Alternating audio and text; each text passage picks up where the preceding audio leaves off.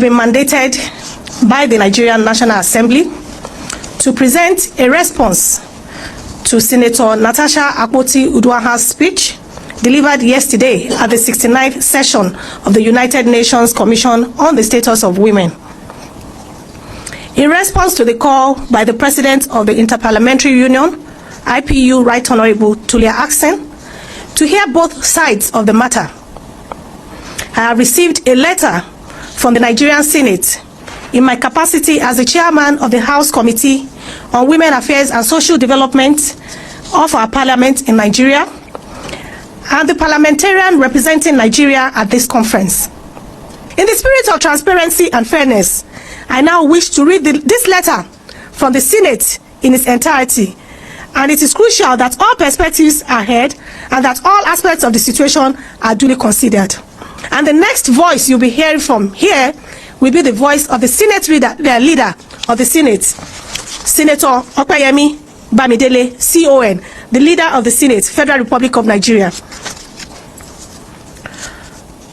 Senator Natasha Akpoti-Uduaghan was suspended for gross misconduct and unruly behavior, and not as a result of allegation of sexual harassment or assault. The authority of the Senate of the Federal Republic of Nigeria firmly rebukes the deliberate misinformation and false narratives being circulated by certain media organizations regarding the six-month suspension of Senator Natasha Akpoti-Uduaghan. Let it be unequivocally stated that Senator Uduaghan was suspended solely for a persistent act of misconduct, blatant disregard for the provisions of the Senate Standing Orders 2023 as amended, and gross indiscipline, nothing more, nothing less. This is still the voice of the leader of the Senate. It has come to the attention of the Senate that some media reports are attempting to falsely suggest that Senator Uduaghan's suspension was due to allegations of sexual harassment. This is completely untrue, misleading, and a calculated attempt to distort the facts. If Senator Uduaghan had strictly followed our guiding principles, the Senate would have treated her petition based on merit in line with its practice, but she never obeyed the established practices of the institution where she was serving. The facts of the suspension. This is still the voice of the Senate leader. Senator Uduaghan's suspension was a decision of the Committee of the Whole Senate, following the submission of a report by the chairman of the Senate Committee on Ethics and Privileges. The report found her guilty of violating sections 6.1 and 6.2 of the Senate rules and recommended her immediate suspension. The disciplinary action was a response to her repeated violations of legislative decorum, including 1. Refusing to sit in her assigned seat during plenary on the 25th February 2025, despite multiple pleas from the leadership and other ranking senators, an act of open defiance and disorderly conduct. 2. Speaking without being recognized by the presiding officer in clear violation of parliamentary practices and procedures on the 25th February 2025. 3. Engaging in unruly and disruptive behavior, obstructing the orderly conduct of Senate proceedings. 4. Making abusive and disrespectful remarks against the leadership of the Senate. 5. Defying and refusing to comply with the summons of the Senate Committee on Ethics and Privileges mandated to investigate cases of misconduct. These actions represented a direct challenge to the authority of the Senate and a violation of the Senate Standing Orders 2023 as amended, that govern the business of the Senate and the conduct of its members. The disciplinary measure was therefore necessary and justified to restore order and uphold the integrity of the Senate of the country's foremost democratic institution. This is still the voice of the leader of the Senate. On the petition and allegations, contrary to the false claims being circulated, Senator Uduaghan was not suspended for making any sexual harassment or for submitting a petition. Her petition was rightfully discountenanced because it failed to meet the clear and established procedural requirements for submitting petitions to the Senate. The rules of the Senate apply to all members without exception, and no petition, regardless of its subject, can be considered if it does not follow due process. To suggest that a suspension was linked to a petition is not only a distortion of facts, but an intentional and malicious attempt to mislead the public. This is still the voice of the leader of the Senate. Condemnation of misleading media reports. The Senate strongly condemns the irresponsible and unethical reporting by some media organizations that have deliberately twisted the facts to suit a false narrative.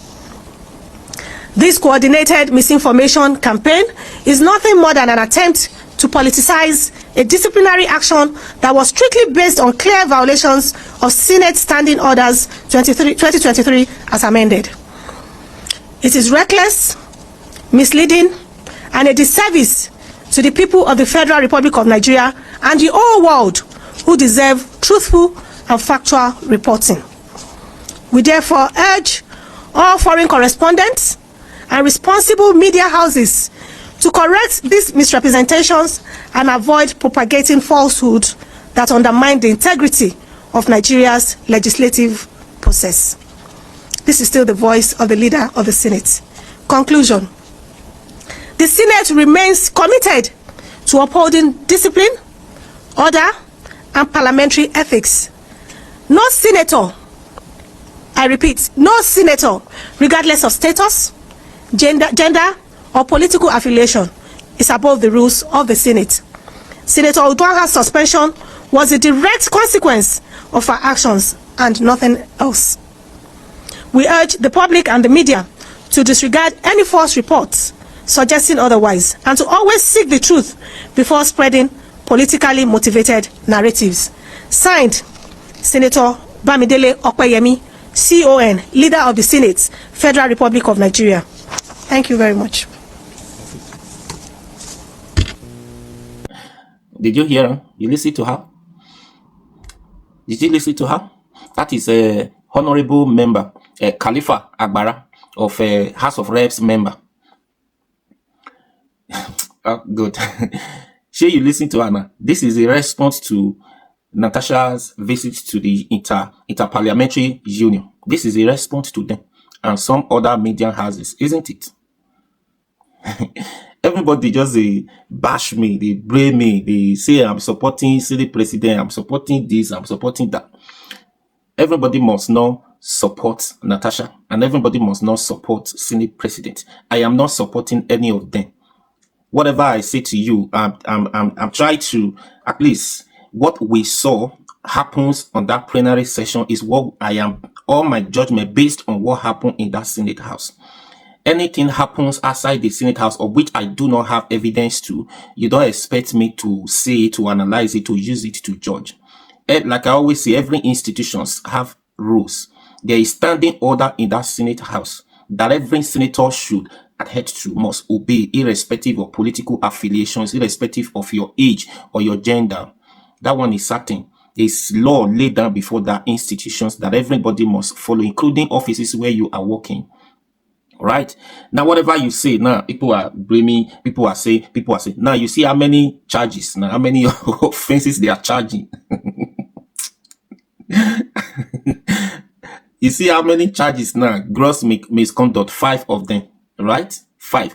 So Natasha went to that parliamentary union yesterday. Did she say any of this gross misconduct? She only said to them that she submitted a petition of sexual harassment, that because of that, instead of them to listen to her, they suspended her for 6 months. That's what she said to them. She never thought about this gross misconduct in the Senate House. Did she say that? She submitted petition.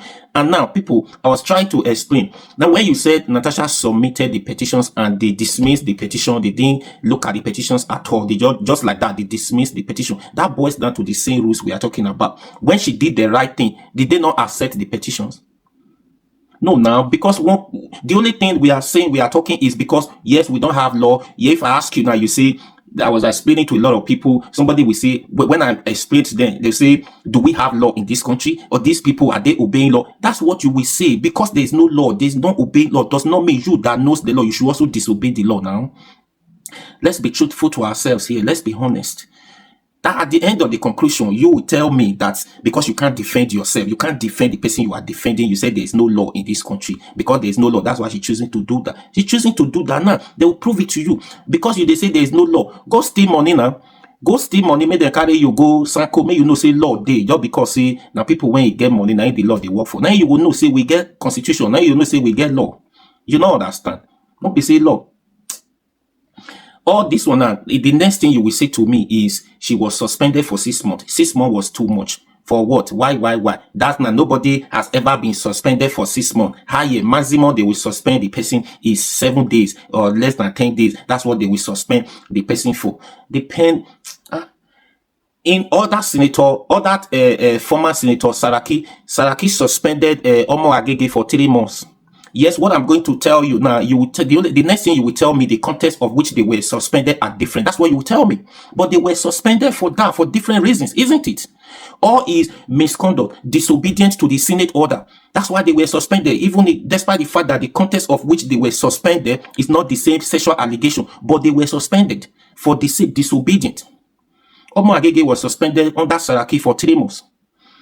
One senator in Canada, Senator Limbara, was suspended for anti-racist. This is where they invite her to. They invited to come. He didn't show up. He was suspended for 6 months in Canada. UK House of Commons were suspended for 6 months. Isn't it? We could go on. Those countries you want to go and report issues to, they have their own. South Africa, Malema in South Africa and his party member too were suspended for two months. For disobedience, for gross misconduct. Isn't it? Now, you leave the message that you're attacking me because I pull my mouth inside. I try to explain to you. Waiting, I don't know Akpabio from anywhere. Akpabio not be the same state we come from. I don't know about sexual harassment. I know they until court prove us or prove Natasha right and Senate President wrong if she provide the substantial evidence to that. So I cannot judge this issue. The next thing you will tell me is because of that sexual harassment has happened before. That's why Senate President tried to victimize her. Now, that's why Senate President tried to victimize her. Now, when Natasha, let's be honest here, when Natasha knew that there is sexual harassment, if she truly understands that the Senate order, the book, they gave it to her to go and read while you face your suspension. Now, since you know that there is sexual harassment, that's why you are being victimized, right? Why didn't you do the right thing and wait? Why didn't you do the right thing and also wait for them to victimize you? Two wrong cannot make it right. Right? You were thinking because of that, because of sexual harassment, this man has harassed you before. That's why he's shutting. That's why he's debarring you from speaking. He does not want you to speak. He does not want you to. But now they tell you, no, before that altercation you saw, a lot of people, all the senator pleaded with her, please go to your seat. She said no. Meanwhile, she does not even understand. And even the other time she was shouting, standing up. Now they explain, open the book for you where the law taught about those things. Say you were wrong. You said did not allow her to submit petition. Now they open the book for you that you cannot submit petitions. You cannot submit, write and sign petition by yourself and submit. It's on that book they give to you because you did not open it. That's why they did not accept the petitions. When you went back with the petitions, you did the right thing. They asked you to do. Did they not accept those petitions? They did. So who is not lying now? They accepted the petitions when you went back to amend it, to do the right thing. So you know this, if you have went back to your seat at that time to sit down and raise your order, then they victimize you again. They didn't allow you. That's when you talk. That's when you react. Then people will listen to you. You will not have this brain. You will not have this brain. Simple instruction. Obey before complain. And not all of them, they are the same. For me, all of them, they are the same. No one is good. No one is perfect. All of them, they are the same. Are they not liar? My mouth never changed from these people. The next thing somebody will say, I don't collect money. That's why they talk like this. I don't even know any of those people, any of the politicians. I never met any one of them. See me, this is Nigeria for you. Any small thing like this. Look at the context. Look at what happened in that house that me and you saw we are judging on. You now suddenly bring the issue. I'm not disputing. I'm not saying, I'm not justifying for Akpabio. I can't lie for, I was not there. I wasn't there. I don't know.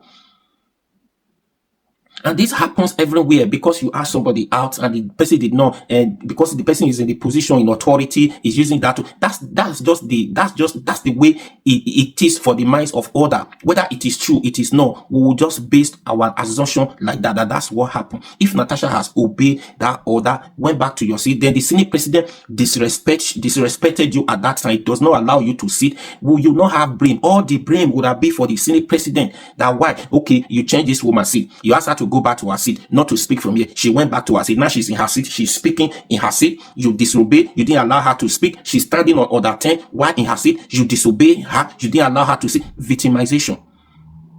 Everybody will blame Senate president for that. I beg, please share this video, Jari. No, this is the response. We are watching now. Well, what is my business with any of them? Now then they pay my bills. I know any of them. I don't know any of them. I never even in my life say I'm not sure. I never even traveled to Uyo before. I never traveled to River State. I never traveled there.